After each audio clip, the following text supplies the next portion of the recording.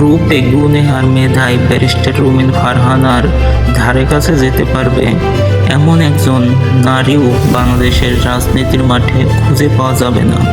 এই বাঘিনীর তেজের কাছে হার মেনেছিল স্বয়ং স্বৈরাচারী শেখ হাসিনা সহ বর্তমান প্রধানমন্ত্রী তারেক রহমান।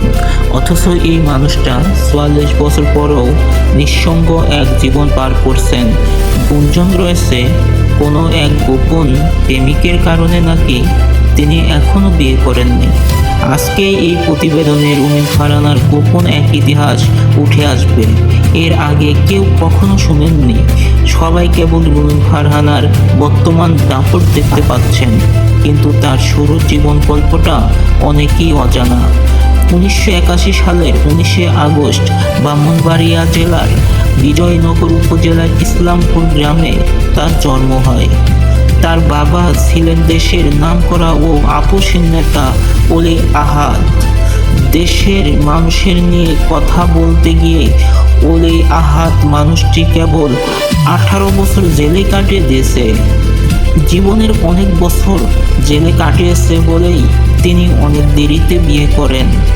জেল থেকে বের হওয়ার পর ৫২ বছর বয়সে তিনি রাশিদা বেগমকে বিয়ে করেন। এমন একটা কট্টর রাজনীতির পরিবারে রুমিন ফারহানার জন্ম হয়। অন্য কোনো সাধারণ পরিবারের মতো টাকা পয়সা বিয়ে শাদীর মতো কোনো আলোচনা হতো না।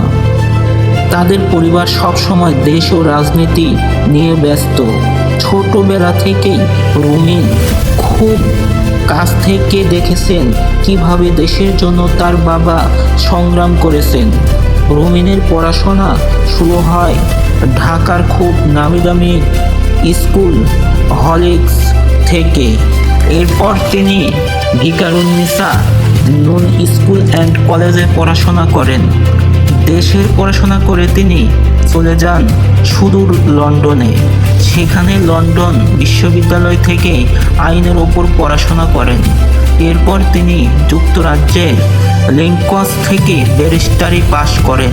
ছোটবেলা থেকে কঠিন পড়াশোনা আর রাজনৈতিক পরিবারের পরিবেশ এই সময় কিছুই তাকে ঠান্ডা মাথার খেলোয়াড় হিসেবে তৈরি করেছিল। অনেকেই ভাবেন রুমিন ফারহানা হঠাৎ করেই রাজনীতিতে চলে এসেছেন, কিন্তু ব্যাপারটা একদমই তা না। লন্ডন থেকে ব্যারিস্টারি পাশ করে দেশে ফিরে তিনি সরাসরি সুপ্রিম হাইকোর্টে ওকালতি শুরু করেন। একজন তরুণ আইনজীবী হয়ে তিনি তার মেধা দিয়ে সবাইকে অবাক করে দেন। আইনের ধারা এবং যুক্তির খেলায় তিনি ছিলেন একদম তুখোড়।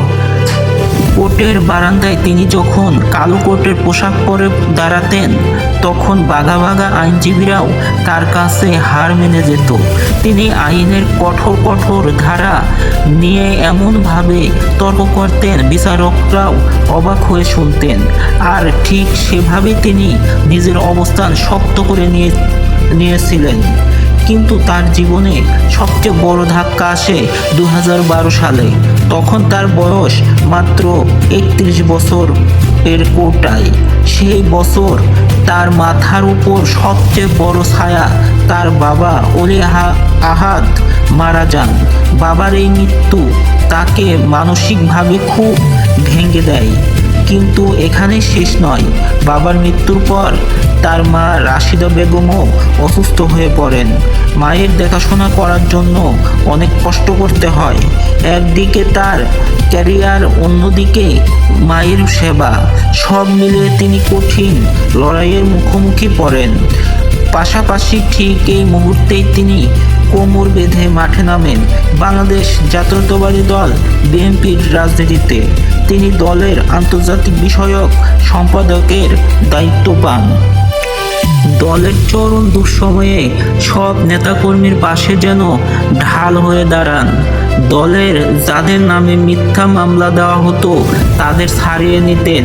কোর্টে দৌড়াদৌড়ি করতেন। টিভি চ্যানেলের টকশোগুলোতে তিনি দলের হয়ে কথা বলতে শুরু করেন। যখন বড় বড় নেতারা ভয়ে মুখ বন্ধ করে রাখতেন, তখন এই বাঘিনী টিভিতে বসে সরকারের চোখে চোখ রেখে কথা বলতেন।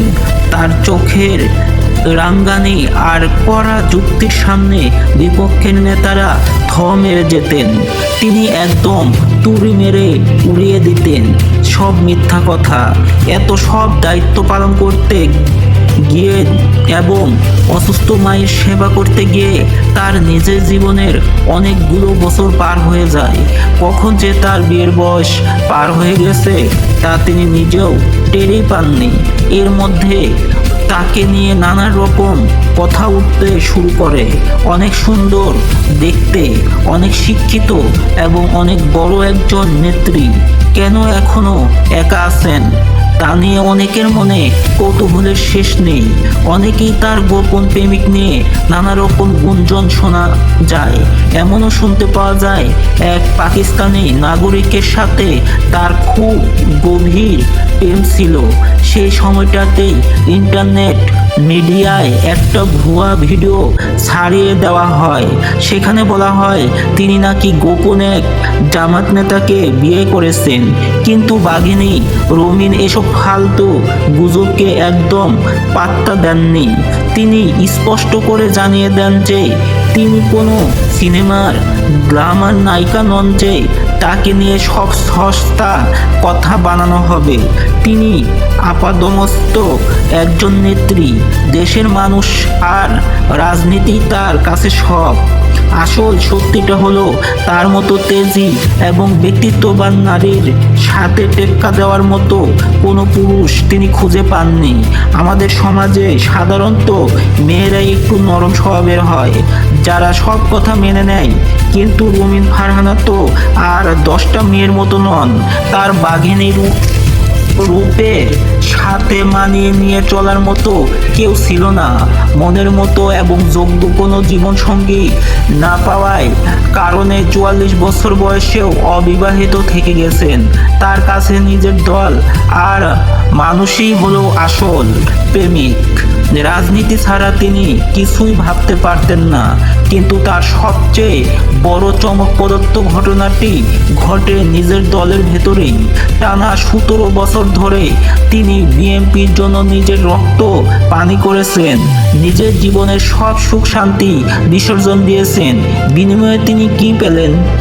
গত 30শে ডিসেম্বর যেই দিন বিএনপির চেয়ারপারসন বেগম খালেদা জিয়া মারা গেলেন, সেই শোকের দিনেই বর্তমান প্রধানমন্ত্রী তারেক রহমান তাকে দল থেকে ঘাট ধাক্কা দিয়ে বের করে দিলেন। এটা ছিল রাজনীতির ক্ষেত্রে সবচেয়ে বড় বিশ্বাসঘাতকতা। রাজনৈতিক বিশ্লেষকেরা বলেন তারেক রহমান রুমিন ফারহানার স্মার্টনেস, বুদ্ধি দেখে ভিতরে ভিতরে খুব ভয় পেতেন। তার মানে সব সময় ভয় কাজ করত যে রুমিন ফারহানা দলে আরও জনপ্রিয় হয়ে উঠবে, তবে তার নিজের গদি নড়বড়ে হয়ে যেতে পারে। নিজের ক্ষমতা হারানোর ভয়ে মাস্টারমাইন্ড নেত্রীকে দল থেকে সাইজ করার কুবুদ্ধি করেন। তিনি ভেবেছিলেন দল থেকে বের করে দিলেই রুমিন ফারহানা ভয় পেয়ে যাবেন আর রাজনীতি ছেড়ে দিবেন। কিন্তু তারেক রহমান বুঝতে পারেননি কার সাথে পাল্লা দিতে এসেছেন। বাঘিনী রুমিন ফারহানা দমে যাওয়ার পাত্রী নন। তিনি তারেক রহমানের কোনো সিদ্ধান্তকেই পাত্তা দেননি। তিনি তার নিজস্ব এলাকা ব্রাহ্মণবাড়িয়ায় হাঁস মার্কা নিয়ে স্বতন্ত্র প্রার্থী হিসেবে মাঠে নেমে পড়েন। রুমিন ফারহানাকে হারানোর জন্য তারেক রহমানেরও দলের লোকেরা কোমর বেঁধে মাঠে নামে। তারা ভেবেছিল পেশি শক্তি দেখিয়ে তারা সহজেই এই নারীকে ভয় দেখিয়ে সরিয়ে দেবে। নির্বাচনে নামার পর থেকে পদে পদে রুমিনকে বাধা দেওয়া হয়, তার প্রচারণায় ঝামেলা করা হয় এবং তাকে নানাভাবে ভয় দেখানোর চেষ্টা চলে। তারেক পন্থীরা ভেবেছিল এসব করলেই বাঘিনী ভয় পেয়ে যাবে এবং ভোটের মাঠ থেকে সরে দাঁড়াবে। কিন্তু তাদের এই কুবুদ্ধি একদম কাজে লাগেনি। রুমিন ফারহানা এসব বাধাই বিন্দুমাত্র ভয় পায় না। তেজিরূপী ভোটের মাঠে টিকে থাকেন। তারেক রহমানের গুন্ডারা নানা রকম হামলা করেও তাকে থামাতে পারেননি। উল্টো তিনি নিজের গাড়ির ছাদে উঠে মাইক হাতে নিয়ে হাজার হাজার মানুষের সামনে বাঘিনী হুঙ্কার দিতেন।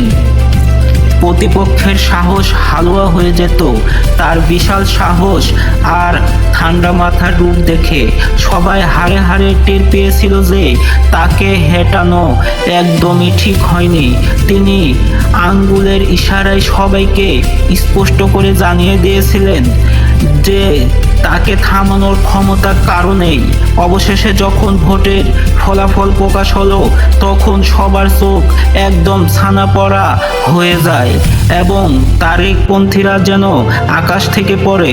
প্রধানমন্ত্রী তারেক রহমানের সব কুবুদ্ধি আর ষড়যন্ত্রের জাল ছিঁড়ে রুমিন ফারহানা এক বিশাল বিজয় অর্জন করেন। তিনি একাই পান ১,১৮,৫৪৭টি ভোট।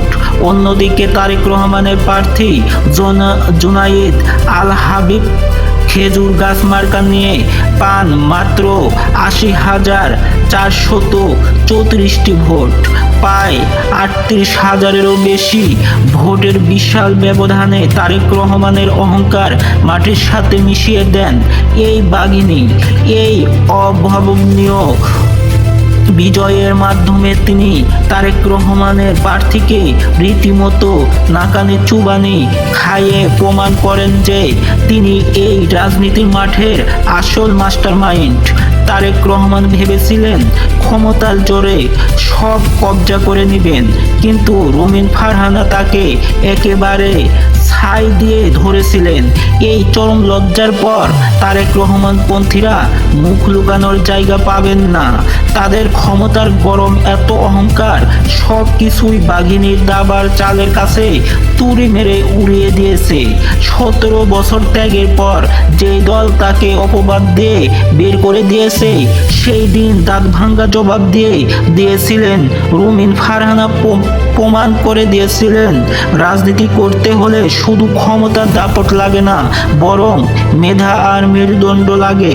তাকে থামানোর সাধ্য যে কারোই নেই সবাইকে উচিত শিক্ষা দিয়ে বুঝিয়ে দিয়েছিলেন সেই দিন।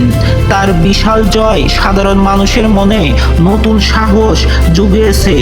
যারা এতদিন ভয়ে চুপ করেছিল তারাও এখন বুঝতে পেরেছে যে যোগ্য লোকের কদর না করলে কেমন ভিমড়ে খেতে হয়। প্রধানমন্ত্রী তারেক রহমান হয়তো ক্ষমতার চেয়ারে বসেই নিজের চুল ছিঁড়ছেন আর ভাবছেন, কেন এই বাঘিনীর সাথে গলার কাটা হতে গেলাম। সমস্ত গোপন ফাঁদ আর ষড়যন্ত্রকে পাশ কাটিয়ে রুমিন ফারহানা আবারও রানীর মতো সংসদে ফিরে যাচ্ছেন। আর বর্তমান প্রধানমন্ত্রী তারেক রহমান এখন হাড়ে হাড়ে টের পাচ্ছেন যে একজন সত্যিকারের বাঘিনীর সাথে দুশ্মনী করলে কেমন চরম লজ্জা পেতে হয়। তার এই লম্বা জীবন সংগ্রাম, দল থেকে বহিষ্কার হওয়া এবং শেষে জনগণের ভালোবাসায় এক অভাবনীয় বিজয়ের গল্প বাংলাদেশের রাজনীতির ইতিহাসে এক উদাহরণ হয়ে থাকবে। আগামী অনেক বছর ধরে মানুষ চায়ের দোকানে বসে এই বাঘিনীর সাহসের গল্প করবে।